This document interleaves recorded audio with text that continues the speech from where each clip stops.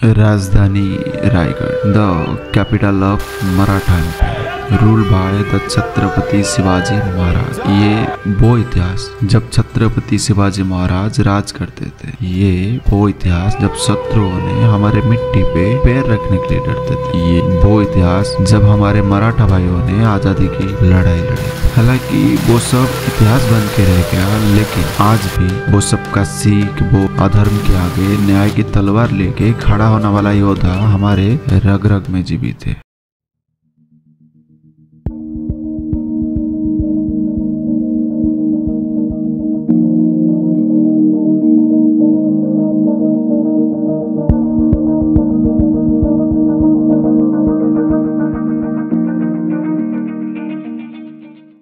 आओ तुम्हें मेरे साथ ले चलता हूँ, आओ समय में पीछे ले चलता हूँ।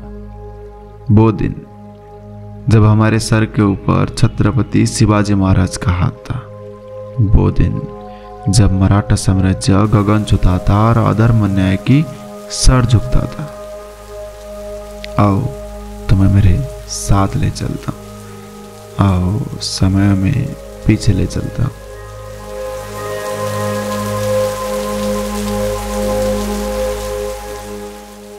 ये इतिहास सच में कितना खूबसूरत था ना।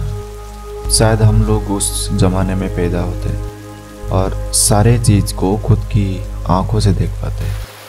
वो नज़ारा कोई जन्नत से कम नहीं, वो कहानी भी कम डरावना नहीं। ये वही रायगढ़ फोर्ट है जो राजधानी रायगढ़ नाम से भी जाना जाता है। द राजधानी रायगढ़, सही सुना आपने। ये मराठा साम्राज्य की राजधानी था, यानी the capital of Maratha empire.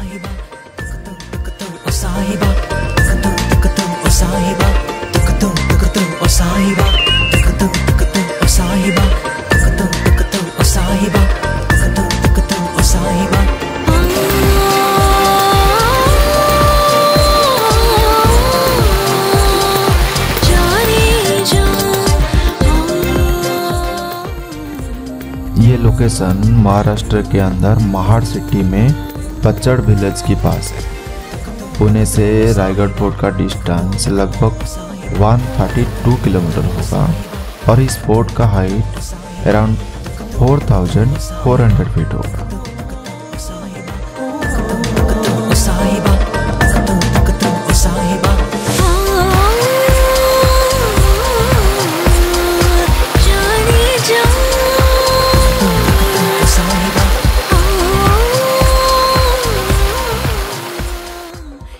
The year 1674। ये तब का कहानी जब छत्रपति शिवाजी महाराज राजा बने। उन्होंने राजा बनने के बाद इस फोर्ट को अपनी कैपिटल के हिसाब से सिलेक्ट किए थे। इस फोर्ट को कैपिटल बनाने के पीछे सबसे बड़ा कारण ये भी है कि ये फोर्ट एरिया वाइज बहुत ही बड़ा है, जहाँ पे आज की जमाना का कुछ गांव बच सकता है। यहाँ पे राज पैलेस भी था, यहाँ पे सैनिक और दूसरे कर्मचारी रहने के लिए भी पूरा बंदोबस्त था और सबका निर्भरशीलता को ध्यान देते हुए एक बहुत ही बड़ा मार्केट स्थापित किया गया था।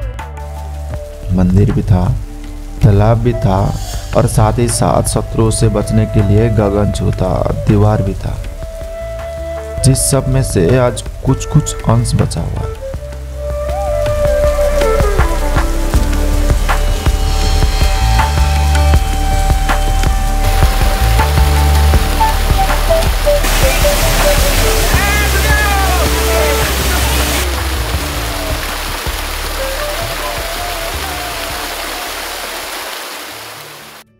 अगर आप पैदल जाएंगे तो ये फोर्ट को कवर करने के लिए एटलीस्ट 3 आवर्स लग जाएगा, वो भी सिर्फ वन साइड ट्रेकिंग के लिए।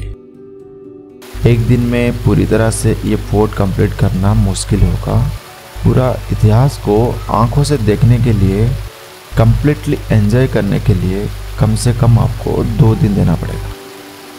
ये इतना बड़ा फोर्ट है जिसका हर एक पार्ट एक एक इतिहास का कहानी दर्शाता है।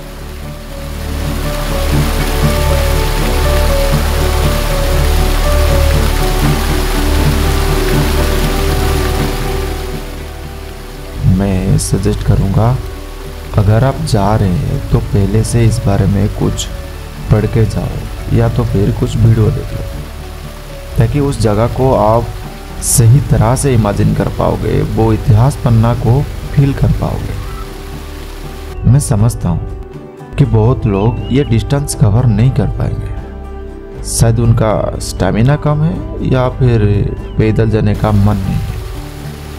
उनके जानकारी के लिए मैं बता दूं कि उस पोर्ट के नीचे शुरुआत पॉइंट पे आपको रोपवे मिलेगा, आप उसको भी यूज कर सकते हैं, जो लगभग 4 मिनट लेता है वन साइड जर्नी के लिए।